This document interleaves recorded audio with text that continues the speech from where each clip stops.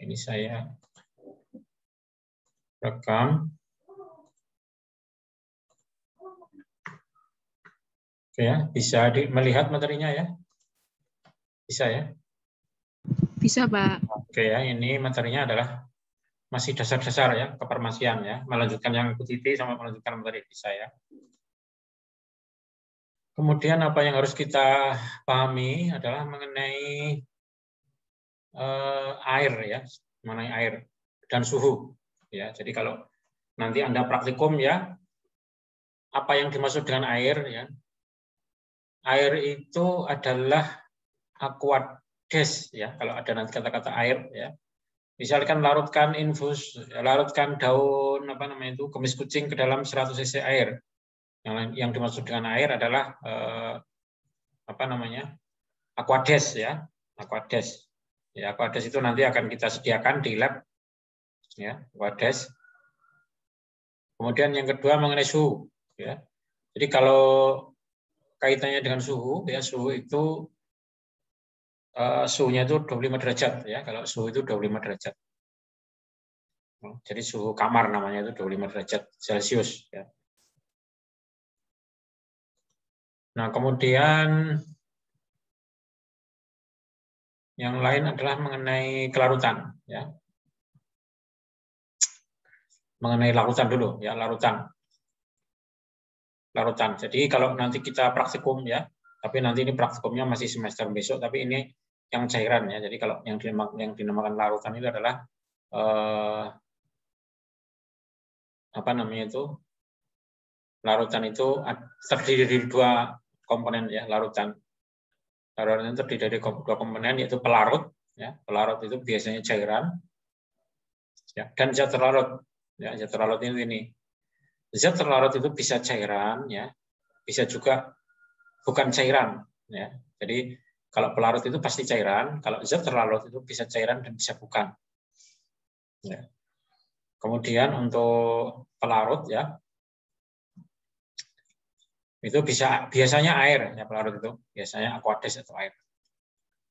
Ya, misalnya gini ya, misalnya kita melarutkan gula ya dalam air. Maka air itu adalah pelarut, gula itu adalah zat terlarut. Nah, campuran antara gula dengan air itu namanya larutan. Ya, namanya larutan. Gitu ya. Kemudian kalau kita memasukkan alkohol ya, ke dalam air, alkohol itu kan larutan, air juga larutan. Ya, jadi campuran antara alkohol dan air itu juga larutan. Ya. Dua-duanya itu berbentuk cair, alkohol berbentuk cair, ya, air juga berbentuk cair. Ya, jadi larutan itu tidak mesti campuran antara zat padat dengan zat cair, tapi bisa juga larutan itu adalah campuran zat cair dengan zat cair. Seperti itu kira-kira. Banyak contohnya, misalnya kita melarutkan garam dalam air, ya, namanya larutan garam dalam air. Larutan apalagi gula dalam air, ya, itu juga larutan. Kemudian alkohol dalam air itu ya juga larutan. Alkohol dalam air. Nah, itu nanti banyak kita praktekkan ya nanti, terutama pada semester 2 ya. Nanti semester 2 itu ilmu resep sajian cair ya nanti. Tapi kita dasar-dasarnya udah saya share dulu ya, dasar-dasar. Nanti kita di semester 2 akan bikin lagi larutan ya macam-macam ya. Misalnya bikin saturasi ones ya, bikin apa lagi? Ya, bikin obat batuk hitam ya seperti itu, mikstura ya. Itu nanti dasar-dasarnya harus tahu dulu ya. Oke, kemudian kelarutan ya. Ini kelarutan ya. Ini saya jelaskan ya apa yang dimaksud dengan istilah kelarutan. Ya. Ini mungkin saya kasih contoh saja ya. Yang pertama itu adalah istilahnya sangat mudah larut. Ya, sangat mudah larut. Kurang dari 1. Sangat mudah larut itu kurang dari 1. Maksudnya bagaimana? Maksudnya jumlah bagian pelarut, ya, jumlah bagian pelarut yang diperlukan untuk melarutkan suatu bagian zat. Ya. Jumlah bagian pelarut yang diperlukan untuk melarutkan zat. Jadi misalnya begini, contohnya ya. Contohnya kalau kita melarutkan gula, ya. Melarutkan gula dalam air itu gampang, ya, sangat mudah, ya, sangat mudah. Ya, karena kita bisa melarutkan bisa gini, gula 1 gram, ya, gampang gitu ya. Gula 1 gram itu bisa kita larutkan dalam 1 bagian, ya, 1 gram air. Bisa, ya. Jadi gula itu kan kalau 1 gram kan cukup besar, ya, dalam 1 gram air. Kira-kira 1 gram itu berapa cc? Jadi kalau perbandingan antara zat terlarut dengan pelarutnya itu perbandingannya hampir sama, ya, hampir 1:1, itu berarti dia sangat mudah larut. Ya, sangat mudah larut. Ya, contohnya gula atau garam itu sangat mudah larut. Ya. Nanti contohnya ada ya nanti. Ini ya, sangat mudah larut itu contohnya ini. Nah, sangat mudah larut itu contohnya di sini alkohol dalam air. Itu sangat mudah larut contohnya, ya. Alkohol dalam air. Itu sangat mudah larut. Ya. Nah, definisinya adalah 1 bagian alkohol, ya, bisa larut dalam 1 bagian air. Ya. Bahkan bisa jadi 2 bagian alkohol bisa larut dalam 1 bagian air. Jadi nggak sampai 1, kurang dari 1 perbandingannya. Ya.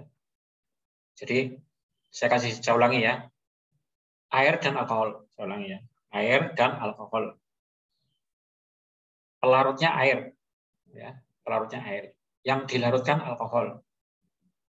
Nah, kalau kita campur, ya, antara air dengan alkohol, airnya 10 cc misalnya, ya, alkoholnya 11 cc, ya, berarti kan kurang dari 1 perbandingannya. 1 dibanding 10 dibanding 11. Ya, saya ulangi ya.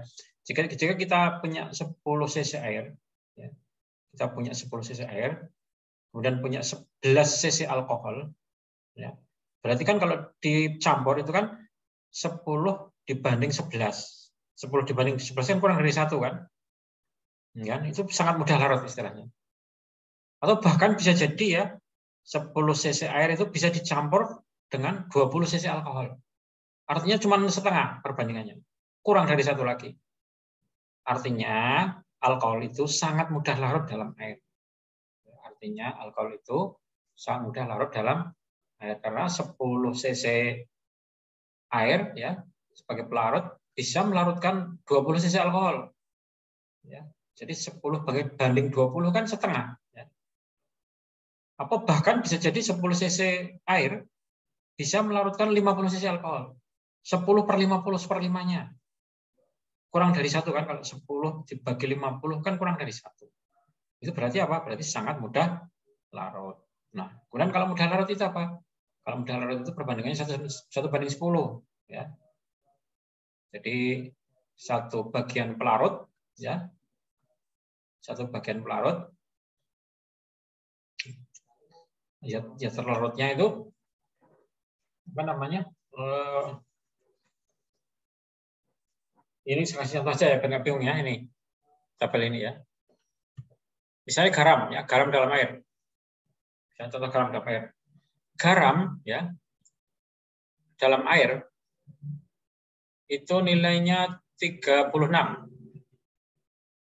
Ya, garam dalam air nilainya 36. Artinya apa, ya? Ya, jadi kelarutan per 100 gram. Jadi 36 gram garam, ya, itu larut dalam 100 gram air. Ulangnya 36 gram garam larut dalam 100 gram air. Kemudian kalau gula, 211 gram gula bisa larut dalam 100 gram air. 211 gram gula bisa larut. Ini mudah larut mana? Nah, nanti kita bahas ya. Saya ulangi ya. 100 gram air itu sama dengan 100 cc. Saya ulang ya, 100 gram air itu sama dengan 100 cc. 100 cc itu kira-kira 2/3 gelas lah. Jadi 100 gram air itu sama dengan 100 cc air. Nah, misalnya kita melarutkan garam, itu 36, itu bisa larut dalam 100 gram. Ya. Artinya kalau dia itu 37 ditambahi lagi, jadi 38, itu sudah nggak larut. Ada sebagian yang tidak larut. Jadi garam itu maksimal ya larut 36 gram itu larut dalam maksimal 36 gram supaya larut dalam 100 gram. Kalau ditambah lagi itu nggak bisa. Ya, jadi 50 gram ke 100 itu nggak bisa dia. Maksimal 36 gram. Terus kalau ini gula itu 211 ya gula itu lebih banyak lagi. Ya. Gula itu 211 gram larut dalam 100. Jadi gula itu lebih mudah larut dalam air. Ya, gula itu lebih mudah dibanding dengan garam. Ya, jadi gula itu lebih mudah larut dalam air dibanding karena ini jumlahnya lebih besar. Ya. Jadi 211 dibanding ini perbandingannya bisa nggak sampai 1 ya. 100 dibagi 200 ya. 11 kan nggak sampai 1, setengah.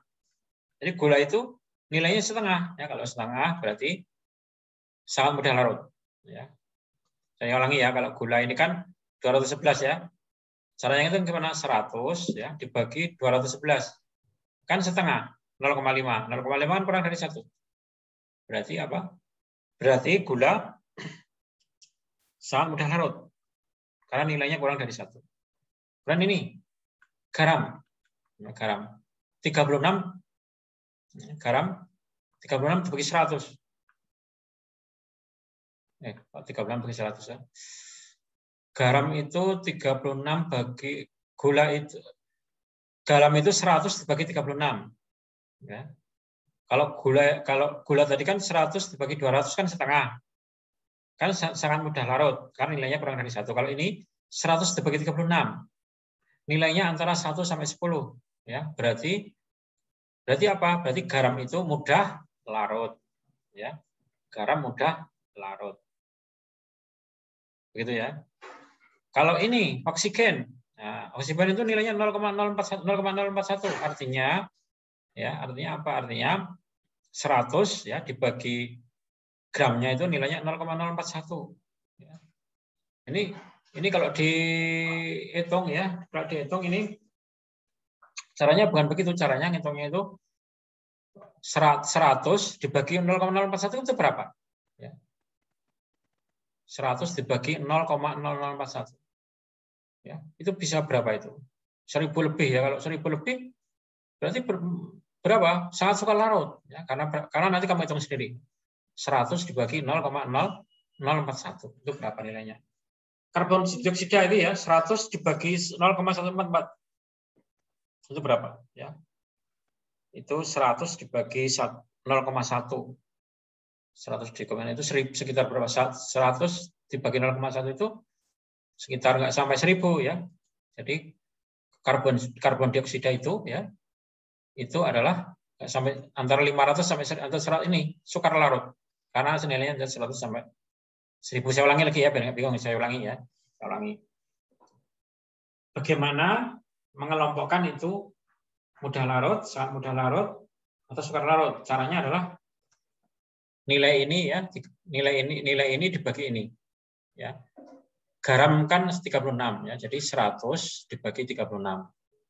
100 dibagi 36 itu kan nilainya 3, ya kan? 3 itu adalah antara 1 sampai 10. Berarti mudah larut. Gitu ya. Kemudian kalau gula itu 100 dibagi 200, ya. Nilainya kan setengah, ya. 100 dibagi 200 kan 0,5. Nah, 0,5 itu ya. 0,5 itu kurang dari 1. Berarti gula itu sangat mudah larut. Terus ini karbon dioksida nilainya 0,144. 100 dibagi 0,144. Ya, itu kan sekitar 900 ya. 900 itu adalah 100 sampai 1000 berarti sukar larut. Berarti apa? Karbon dioksida itu sukar larut. Itu ya, itu pengertian kelarutan. Ya. Kelarutan zat dalam air pada temperatur kamar. Jadi temperatur kamar itu 25 derajat. Itu adalah definisi kelarutan. Nah, di sini ada banyak ya, ada yang sangat mudah larut, larut, ya, agak sukar larut, sangat sukar larut, dan praktis tidak larut. Ya, seperti itu. Ya, itu dipahami ya, pahami. Nanti kita akan praktikum juga ya, masalah kelarutan itu di semester 5 ya, di mata kuliah farmasi fisika. Kemudian wadah ya, wadah. Nah, kalau kita punya obat kan harus diwadahi ya. Apakah itu tablet, ya, apakah itu tetes mata, tetes telinga, infus, injeksi itu harus diwadahi. Ya, itu setiap wadah itu mempunyai istilah sendiri-sendiri ya, mempunyai istilah sendiri-sendiri. Ini contoh ya, ini wadah ya. Nah, ini adalah namanya wadah atau kemasan tahan rusak ya. Kemasan tahan rusak. Artinya apa? Artinya kemasan ini bisa mencegah kerusakan dari obat yang ada di dalamnya. Ya. Nah, kemasan tahan rusak itu biasanya tetes mata bentuknya ya, atau tetes telinga ya, sama. Ini tetes mata ya, ini tetes mata, ini tetes mata, ini tetes mata. Ya, wadahnya bisa kelihatan ya, kalau tetes mata itu wadahnya tahan rusak itu segelnya ada, ya, ada segelnya ini, ya, ada segelnya. Nah, segel ini kalau dibuka, ya, segelnya itu nggak bisa balik lagi. Ya, jadi ini segelnya itu biasanya dimiliki oleh tetes mata ya, itu segelnya ada. Itu kemasan, namanya kemasan tahan rusak. Contohnya tetes mata atau tetes telinga. Kemudian wadah, ada lagi yang dinamakan wadah tidak tembus cahaya. Nah, wadah tidak tembus cahaya itu biasanya digunakan untuk obat ya, karena obat itu kalau kena cahaya itu bisa rusak. Nah, wadah yang tidak wadah biasanya sirup itu wadahnya tidak tembus cahaya ya, atau terlindung dari cahaya biasanya. Sehingga sirup itu kebanyakan coklat. Ya. Wadahnya itu warnanya coklat, belingnya itu coklat, tidak bening. Ya. Hampir semua sirup itu bening. Ya. Tentunya bening, misalnya Anda beli UPH ya, UPH itu wadahnya tentunya harus terlindung dari cahaya karena dia tidak bening, yaitu coklat. Ya, bahkan ada agak kehitam-hitaman. Ya. Banyak sekali obat yang memang desain itu terlindung dari cahaya. Ya. Karena banyak sekali obat yang rusak oleh paparan cahaya, khususnya cahaya matahari. Ya, jadi bisa Anda lihat ya bahwa semua obat itu pasti gelap, ya, banyak yang gelap. Apa namanya itu wadahnya ya, wadahnya banyak yang gelap. Kecuali beberapa macam obat, yaitu wadahnya masih terang ya. Kalau tablet itu pasti wadahnya itu bahkan kedap ya, nggak kelihatan, cahaya nggak bisa masuk. Jadi kalau Anda nyimpan tablet paracetamol ya dalam kaleng itu wadahnya itu sama sekali tidak kena cahaya, jadi kedap cahaya.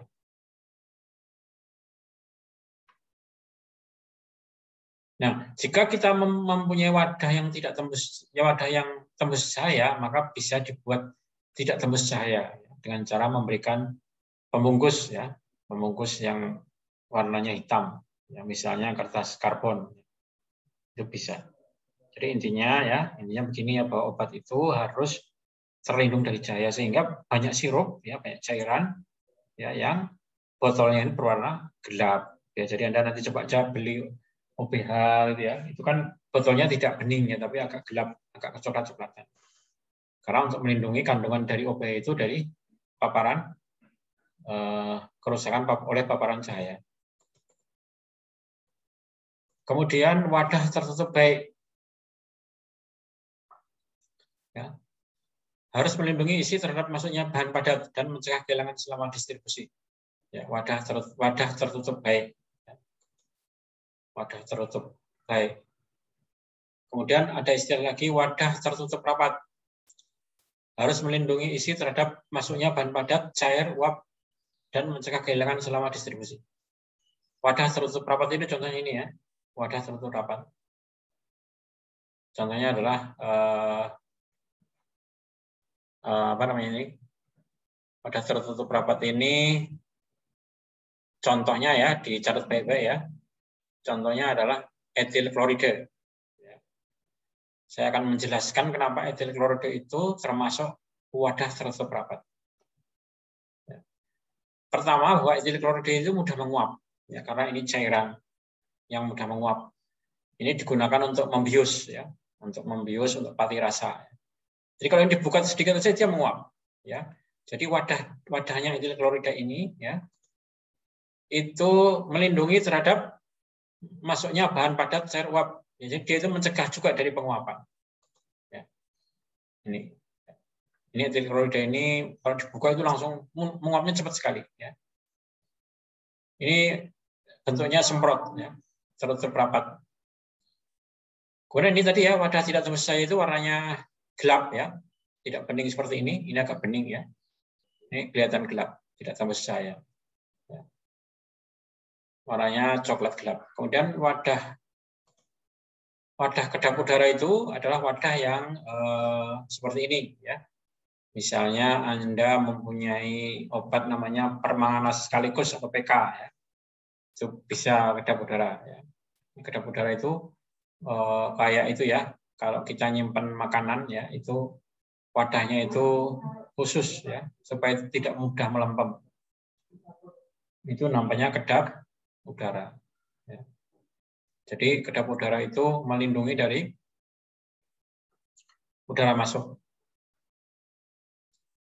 Biasanya wadah makanan juga banyak yang kedap udara, ya. Jadi ada wadah yang tidak tembus cahaya, ya, ada wadah yang tertutup rapat, ya, ada wadah yang kedap udara. Kalau wadah yang tertutup rapat ini dia lebih rapat daripada kedap udara, ya, lebih rapat lagi dia. Jadi dia lebih tinggi proteksinya terhadap zat yang masuk, ya, lebih tinggi tertutup rapat dibanding dengan kedap udara. Kemudian wadah satuan tunggal. Wadah satuan tunggal itu digunakan untuk produk obat yang digunakan sebagai dosis tunggal, ya, yang harus digunakan segera setelah dibuka. Contohnya ini, wadah satuan tunggal. Contohnya suppositoria. Ya. Suppositoria Anda mungkin pernah mendengar, ya. Saya jelaskan bagi mungkin yang bukan dari SMK, suppositoria itu adalah suatu obat, ya, yang bentuknya seperti peluru. Obat ini tidak boleh, ya, diletakkan di meja, ya, nggak boleh karena nanti dia akan meleleh. Ya. Harus dimasukkan dalam kulkas. Nah, suppositoria itu kalau dibuka, ya, ini kan ada wadahnya, bungkusnya itu blister kalau dibuka, itu dia harus segera dipakai, ya. Karena kalau nggak dipakai ini dia akan rusak. Ya. Dia akan rusak. Ini namanya wadah satuan tunggal. Ya. Jadi wadah satuan tunggal itu, ya, digunakan untuk produk yang sebagai dosis tunggal. Ya, jadi suppositoria itu dosisnya tunggal. Ya. Tidak bisa kita membuka suppositoria terus dipakai 2 kali, nggak bisa. Diparo itu nggak boleh. Ya. Jadi suppositoria itu harus dipakai sekali. Ya, nggak boleh dipakai 2 kali, diparo atau diparo telu, nggak boleh. Namanya dosis satuan tunggal. Ya. Sekali pakai. Dan wadah satuan tunggal itu bentuknya padat. Ya. Bentuknya padat. Ini suppositoria itu kan bentuknya padat. Nanti kita akan praktikum, ya, tentang suppositoria, ya, di semester 1 ini. Nanti ada sesi kita praktikum dengan suppositoria, di mana suppositoria itu adalah diwadahi dalam wadah satuan tunggal. Kemudian wadah yang kedua adalah wadah dosis tunggal. Nah, wadah dosis tunggal dengan wadah satuan tunggal itu sebenarnya sama. Ya. Kalau bedanya, kalau wadah satuan tunggal itu untuk zat padat, ya. Kalau wadah dosis tunggal itu untuk suntikan atau injeksi, yaitu wadah dosis tunggal yang untuk suntikan atau injeksi. Jadi injeksi itu kan enggak boleh, ya, kita ampul, ya, bukai ampul. Ini kan ampul, ya, namanya ampul. Ini kalau dipakai kan sekali harus dihabiskan, enggak boleh dipakai 2 kali. Namanya istilahnya tunggal atau satu. Ya, jadi bedanya apa? Kalau satuan tunggal itu untuk zat padat, ya. Yang ini zat cair, itu injeksi, dosis tunggal. Kemudian wadah dosis satuan. Nah, wadah dosis satuan ini adalah sama dengan wadah satuan tunggal, cuman ini yang dimasukkan ke dalam tubuh lewat mulut, ya. Kalau ini kan tidak lewat mulut, ya, lewat dubur, ya. Jadi ini wadah satuan tunggal dan wadah dosis satuan itu sebenarnya sama aja. Cuman kalau yang satuan tunggal itu tidak lewat mulut, ya lewat dubur. Kalau ini lewat mulut, ya. Ini LBO ya. LBO itu obat diare itu ya. Dia itu dipakai diminum ya. Caranya pakai diminum. Kalau ini obat untuk konstipasi ya. Makanya itu di lewat dubur. Jadi saya ulangi ya, ini tiga ini sebenarnya sama ya, tiga gambar ini. Cuman bedanya kalau yang pada dosis satuan itu untuk cairan injeksi, kalau ini untuk yang masuk dubur, kalau ini untuk yang masuk mulut atau oral. Ini per oral ya, masuk mulut. Itu. Kemudian wadah satuan ganda. Ya, wadah satuan ganda itu contohnya ini ya, biar gampang. Sirup ya. Kenapa dikatakan ganda? Karena dia boleh dipakai berkali-kali ya, bisa diambil berkali-kali. Isinya dapat diambil berkali-kali. Kalau ini kan isinya hanya boleh diambil sekali ya, makanya dikatakan tunggal.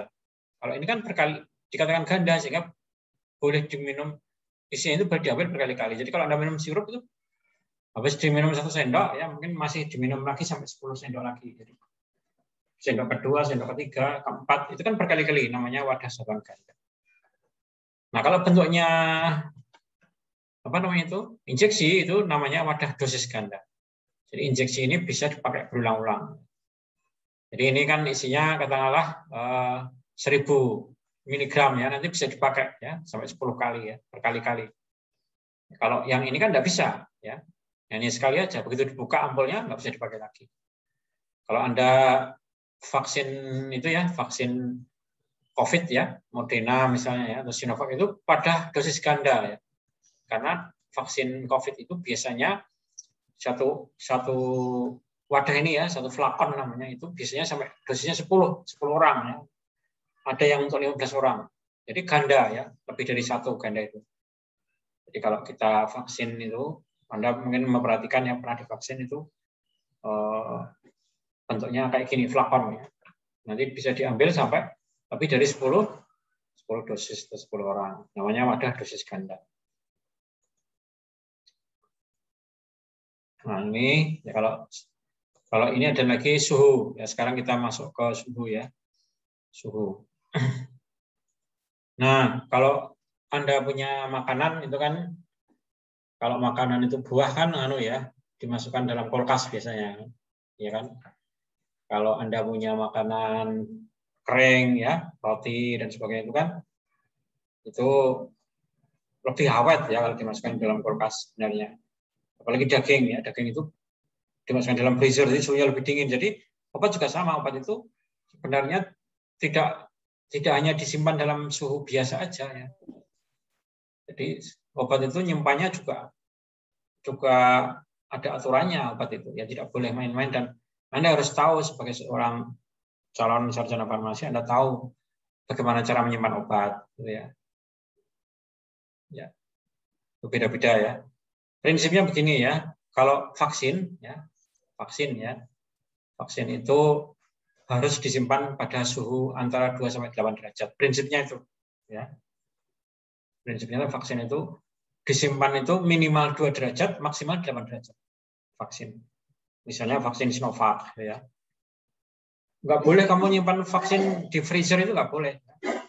Rusak nanti. Jadi kalau Anda nerima vaksin ya, misalnya Anda kerja di apotek di rumah sakit, ada vaksin COVID atau vaksin BCG ya, atau vaksin hepatitis, itu nggak boleh disimpan dalam freezer, nanti malah rusak. Suhunya terlalu dingin, itu malah nggak boleh ya, rusak. Tapi kalau vaksin itu idealnya 2 sampai 8. Makanya kulkas itu harus dikendalikan suhunya ya. Nggak boleh lebih dari 8, nggak boleh kurang dari 2. Nah, lemari pendingin itu untuk menyimpan obat itu suhunya itu idealnya 2 sampai 8 derajat. Gitu ya. Nah, kalau ada istilah lemari pembeku, nah obat itu jarang sekali yang disimpan pada lemari pembeku atau freezer, ya. Jarang, kecuali vaksin tertentu ya. Kalau di Amerika itu vaksin Johnson & Johnson, ya. Itu disimpan dalam suhu minus sekian derajat, ya. Kalau kita kan tidak pakai Johnson & Johnson, ya kita pakainya Sinovac ya, itu suhunya 2 sampai 8. Nah, suhu -20 sampai 10 derajat itu suhu lemari pembeku namanya ya. Atau kalau istilahnya itu freezer lah. Ya. Definisi dingin itu kurang dari 8 derajat. Jadi kalau kita nyimpan vaksin minimal 2 derajat, maksimal 8 derajat. Kemudian sejuk. Sejuk itu 8 sampai 15 derajat sejuk. Nah, sejuk itu 8 sampai 15 derajat. Ya, obat yang disimpan dalam sejuk itu sebenarnya nggak ada ketentuannya sih ya. Nggak ada. Obat itu biasanya disimpan dalam suhu kamar. Ya. Lazimnya ya. Antara 15 sampai 30 derajat. Oleh karena itu ya, gudang farmasi atau gudang obat itu biasanya dikasih AC. Ya, dikasih AC. Karena AC itu bisa mengendalikan suhunya ya, tidak boleh suhunya itu sampai di atas 30 ya. Misalnya suhunya 32 itu nggak boleh. Makanya obat itu harusnya disimpan dalam ruangan ber-AC, harusnya. Ya, karena hampir semua obat itu bisa rusak kalau suhunya di atas 30. Jadi pada prinsipnya, prinsip kedua itu kalau nyimpan obat itu suhunya tidak boleh lebih dari 30 ya. Itu prinsipnya itu. Makanya banyak apotek ya, banyak apotek, rumah sakit, gudang obat itu dikasih AC ya. Kalau Anda pakai AC kan bisa disetel suhunya kan, itu kan suhunya bisa disetel rata-rata bisa disetel sampai 20 derajat ya rata-rata. Jadi kalau kita masuk ke gudang obat itu suhunya paling sekitar 20 derajat itu sudah cukup ideal untuk nyimpan obat. Ya, saya pernah dulu itu nyimpan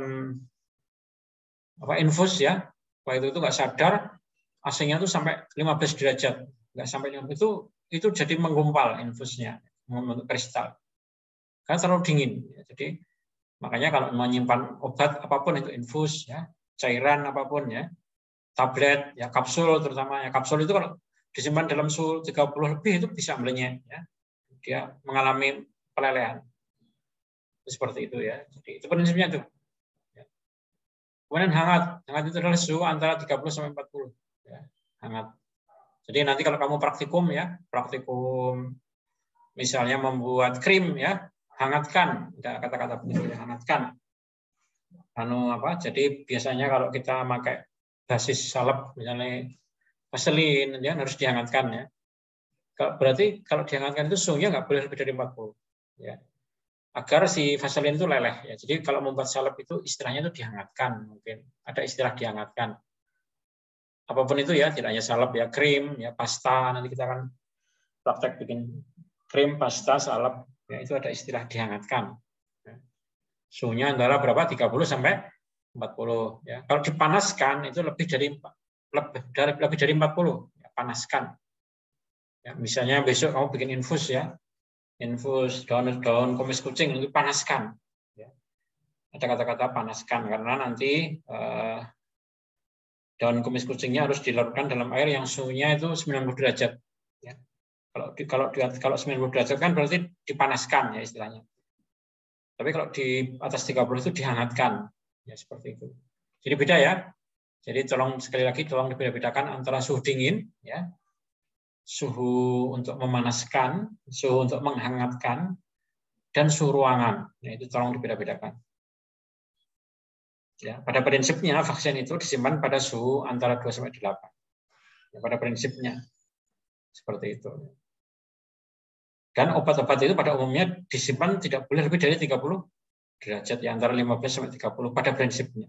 Sehingga banyak rumah sakit atau gudang farmasi, gudang obat itu harus pakai AC ya, harus pakai AC. Jadi kalau Anda kerja di apotek kok nggak ada AC-nya itu juga bisa keliru ya, salah itu. Ya, karena bisa jadi tiba-tiba suhunya lebih dari 30 derajat kan sering. Kalau pas musim kemarau itu suhunya lebih dari 30 itu sebenarnya obatnya juga tidak bisa optimal ya nyimpannya ya. Jadi seperti itu. Kemudian apalagi ya, suhu. Nah, ini adalah idealnya kalau kita punya obat itu diletakkan dalam lemari yang ada kacanya ya. Jadi kalau di rumah sakit di apotek itu ada lemari pendingin kok nggak ada kacanya, itu salah, itu keliru ya. Nggak boleh ya. Jangan pakai kulkas biasa, harus kelihatan obatnya. Nanti dari luar akan kelihatan, oh obatnya akan kelihatan, kita bisa melihat ada gumpalannya dan sebagainya. Jadi lemari pendingin itu ya tidak boleh tertutup, ya harus kelihatan obatnya. Ya. Jadi kalau di rumah sakit besar itu sudah biasa yang nyimpan obat itu di lemari yang berkaca kayak gini. Bukan lemari kulkas itu enggak, ya benar kalau di apotek ya masih seperti itulah ya, mungkin karena memang harganya mahal ya. Gunanya apa? Kok lemarinya ada kacanya? Agar bisa melihat suhunya juga, bisa melihat kondisi dari obat. Nah, kalau ini lemari pembuku ya, ini biasanya lemari pembuku itu jarang ya digunakan ya untuk nyimpan obat, itu jarang ya lemari pembuku itu. Biasanya lemari pembuku itu untuk nyimpan darah ya. Untuk nyimpan darah, misalnya donor darah itu disimpan dalam lemari pembuku ya. Seperti itu. Obat itu kalau disimpan dalam lemari pembuku malah mengkristal dan rusak ya. Misalnya infus ya, dimasukkan dalam lemari pembuku itu rusak ya. Contohnya apa toh obat yang disimpan dalam lemari pendingin? Jadi sudah saya contohkan ya, vaksin ya. Vaksin itu disimpan dalam lemari pendingin 2-10-an suppositoria. Ya, suppositoria itu harus disimpan dalam lemari pendingin ya. Kalau kamu masukkan suppositoria itu di meja itu nanti meleleh. Jadi suppositoria harus masuk dalam lemari pendingin. Terus kapsul minyak ikan ya, itu kalau minyak ikan itu hati-hati kalau disimpan dalam suhu kamar, biasanya kalau nggak terkontrol jadi masalah ya.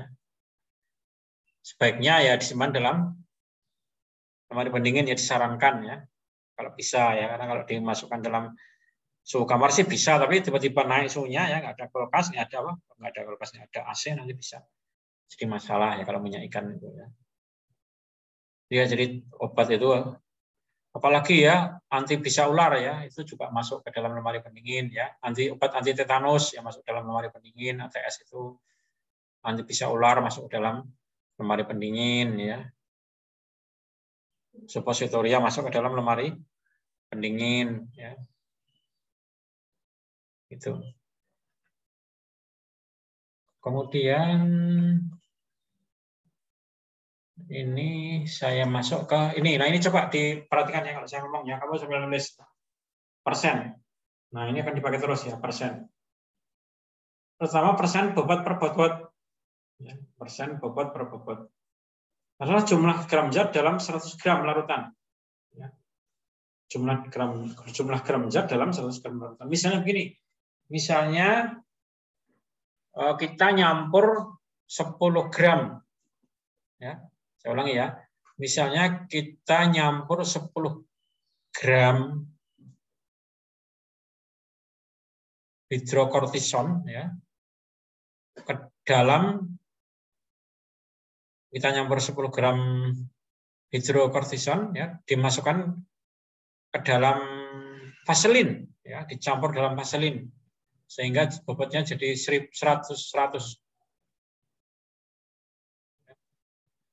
Jadi gini, kita nyampur kita masukkan 10 gram vaselin, 10 gram hidrokortison, kita campur, kita tambah 90 gram vaselin, kan jadinya 10 per 100 ya, saya ulangi ya. Jadi kalau kita nyampur 10 gram, ya, 10 gram hidrokortison ya, plus 90 gram vaselin, ya, itu kan berarti 10 gram hidrokortison dalam 100 gram larutan kan, campuran kan, ya, karena 10 tambah 90. Artinya hidrokortison itu bobotnya itu 10%. Karena 10 dibagi 100. Ya, atau yang lain gini, contohnya yang lain gini. Kamu nyampur ya 1 gram gentamisin ya ke dalam 9 gram vaselin. Kamu campur, kamu bikin salep, kamu disuruh bikin salep gentamisin ya. Kamu nyampur 1 gram gentamisin dalam 9 gram vaselin yang kamu campur. Artinya 1 gram gentamisin itu ya larut dalam 10 gram campuran antara gentamisin dengan vaselin. Berarti gentamisin itu bobotnya itu adalah ya, bobotnya itu adalah 10% B per V ya. Karena 1 dibanding 10 ya, itu sama dengan 10%. Saya kasih contoh lagi ya, itu B per V ya, bobot per bobot ya. Nyampur zat padat dengan zat padat, jadi bobot per bobot itu Zat padat dimasukkan dalam zat padat, biasanya seperti itu. Misalnya gentamisin dimasukkan dalam vaselin. Vaselin kan zat padat ya. Vaselin itu padat ya. Contohnya tadi itu contohnya. Atau mungkin yang banyak itu apa klorampenikol lah, yang gampang klorampenikol. Klorampenikol itu kan salep ya, salep klorampenikol ya. Kalau zaman dulu itu kemisetin salep ya, atau erlamisetin salep. Nah, klorampenikol itu kita ngambil 1 gram klorampenikol, kita timbang. Dicampur dengan 9 gram, ya saya ulangi, 9 gram vaselin. Maka jadilah 1 gram klorampenikol dalam 10 gram campuran antara klorampenikol dengan vaselin. Berarti 10%. Ya kan? Itu contohnya itu. Ya cukup banyak ya contohnya ya, saya kira ya. Atau saya gini, angkanya saya rubah angkanya. Kamu nyampur 0,5 gram.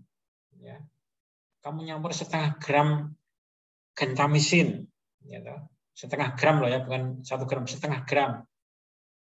Ya, dalam 4 gram vaselin itu berapa persen gentamisinya? Berarti setengah dibagi ya 4 ditambah setengah, dibagi 4,5. Berarti berapa persen itu? Itu sendiri ya. Setengah dibagi 4,5 itu sama dengan 1/9. Itu berapa persen? Itu sekitar 11%-an. Gitu ya. Itu bobot per bobot. Ya, persen bobot per bobot. Jadi zat padat dibagi dengan zat padat. Ini persen bobot per volume. Berarti zat padat zat padat dimasukkan zat cair ya, atau larutan. Saya kasih contoh ya. Kamu mau bikin misalnya sirup, misalnya mau bikin sirup lah katanya, yang manis-manis ya. Kamu ambil 5 gram gula, ya, 5 gram gula. Kamu campur dengan 50 cc air, 50 cc. Berarti berapa itu persen bobot per volumenya? 5 gram gula dimasukkan dalam 50 cc air. Berarti berapa? 5 dibagi 50 plus 5. Ya. Atau 5 dibagi 55. Atau mungkin yang lebih gampang gini ya. Kamu mau bikin misalnya cairan es teh misalnya ya. Es teh. Kamu masukkan 5 gram gula, kamu campur dengan 45 cc air es teh, air teh. Jadi 5 dimasukkan dalam 45, berarti kan 5 dibagi 50 kan? Karena 5 ditambah 45 50. Jadi 5/50 kan? 5/50. 5-nya itu gulanya, 50-nya itu campuran gula dengan es teh tadi, dengan teh tadi. Jadi berapa? 5/50 itu 10%. Artinya es teh tadi per volumenya itu adalah 10%. Gampang kan ya? Udah ya. Jadi misalnya gini contoh lagi. Kamu mau masak ya, mau masak. Kamu memasukkan garam ya, 10 gram ke dalam panci yang sudah kamu siapkan untuk membuat sayur. Ya. Pancinya itu isinya air. Ya. Jadi garamnya itu misalnya 10 gram. Terus pancinya yang ada airnya itu katakanlah isinya 95 cc ya, air. Ya. 10 gram. 90 cc, bukan 95. 10 gram garam ditambah 90 cc air. Berarti berapa persentasenya? Ya 10 dibagi 90 per 10. 10 dibagi 100. Ya. 10%. Itu contohnya bobot per volume. Ya. Di mana bobot per volume itu zat padat dimasukkan ke dalam zat cair. Gitu ya. Contohnya tadi garam dimasukkan dalam air ya. Gula mau bikin teh manis masukkan dalam air, itu adalah contoh bobot per volume. Ada lagi nih persen per volume. Ya. Persen volume per volume. Nah ini air cairan dimasukkan dalam cairan, ya, volume per volume. Contohnya yang gampang itu alkohol tadi, ya, alkohol. Jadi kamu nyampur alkohol 5 cc ke dalam air 95 cc misalnya. Berarti berapa? 5%. Ya. Atau kamu nyampur 80 cc alkohol ya, dengan 20 cc air, berarti 80%. Nah, kalau kamu nanti mau mengadakan bakti sosial ya, bakti sosial, coba kamu bikin hand sanitizer 70%. Nah, gimana caranya? Hand sanitizer 70%. Ya gampang, 70 cc alkohol ditambah 30 cc air, ya kan? Jadi saya ulangi ya, kalau kamu bikin hand sanitizer kan 70% alkoholnya harusnya. Jadi hand sanitizer yang bagus ideal itu adalah persen volume per volumenya itu 70% alkohol dalam air.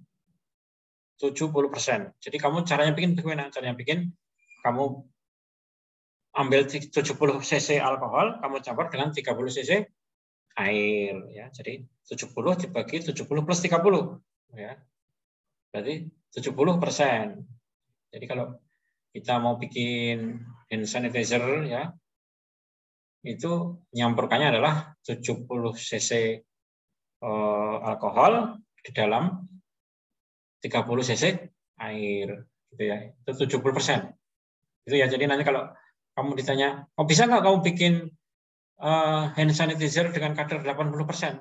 Nah, gampang, kalau 80% itu gampang banget. 80% itu 80 cc alkohol ditambah 20 cc air gitu ya. Itu 80% V per V. Ya, seperti itu. Jadi basicnya itu dasarnya adalah 100 ya, dibagi 100. Tapi nanti bisa dirubah-rubah angkanya ya. Angkanya bisa digonta-ganti. Ini saya kasih contoh lagi nih ya, saya contoh lagi yang biru ini. Nah, ini. Ya. Ini ya. Ini contoh ya. NaCl. Nah, kamu pernah mendengar ya itu namanya itu NaCl. Ya, NaCl. NaCl itu garam ya. Nah, ini NaCl 5 gram dalam 100 gram larutan. Itu 5%. Ya. Kalau tadi ya 5 mil etanol dalam 100 mil larutan. Itu 5%. Jadi gini tadi, tapi itu angkanya membingungkan ya, kayak gini nih.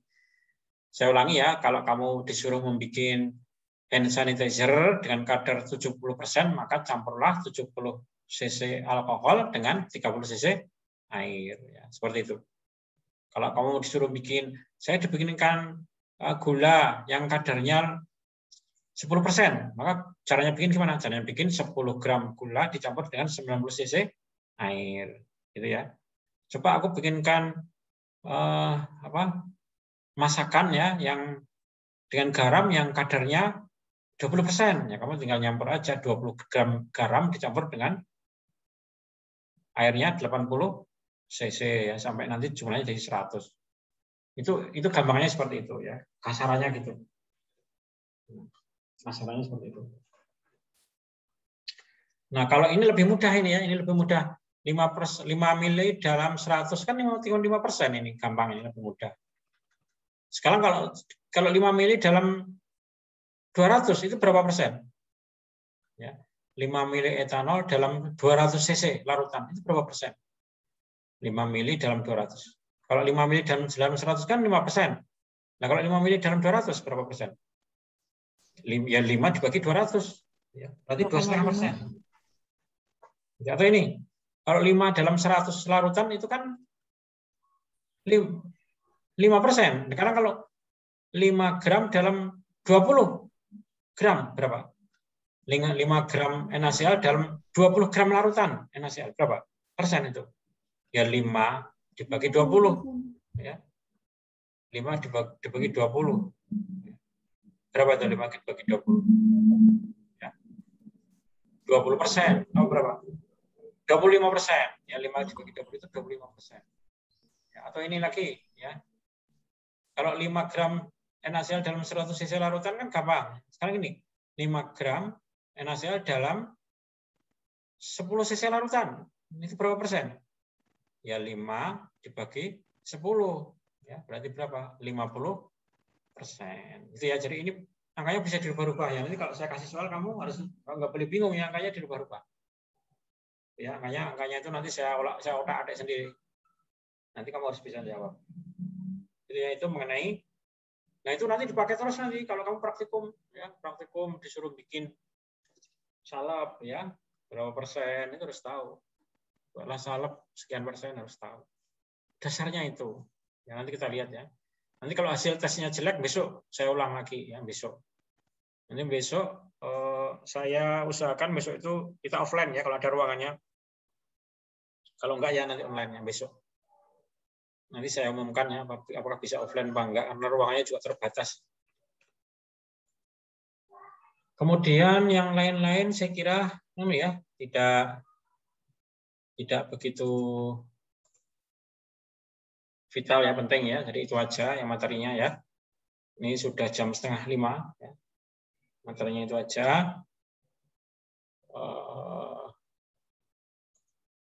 Nanti silahkan dipelajari ya.